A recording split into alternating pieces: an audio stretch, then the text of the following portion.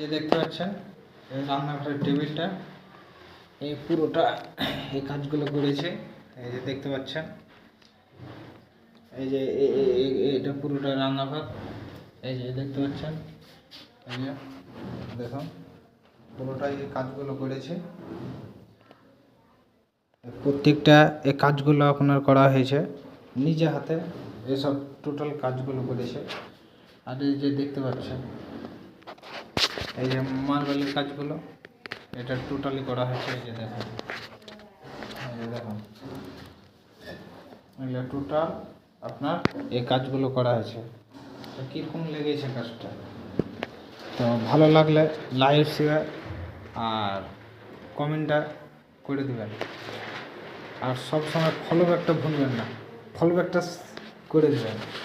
তাই আপনাদের কাছে মানে উদ্দেশ্য হয়েছে যে রান্নাঘরের কিচেন, এটা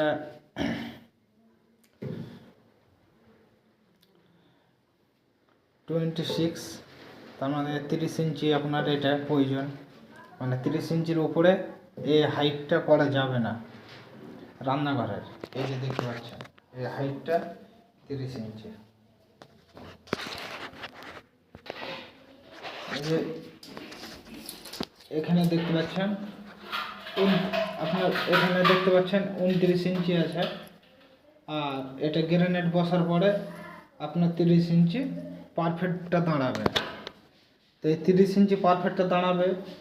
আর এখানে হয়েছে 18 ইঞ্চি, তার মানে এখানটাতে আপনার দাঁড়াবে। ওপেন আছে 6 ইঞ্চি, তাহলে ওপেন হচ্ছে 6 ইঞ্চি।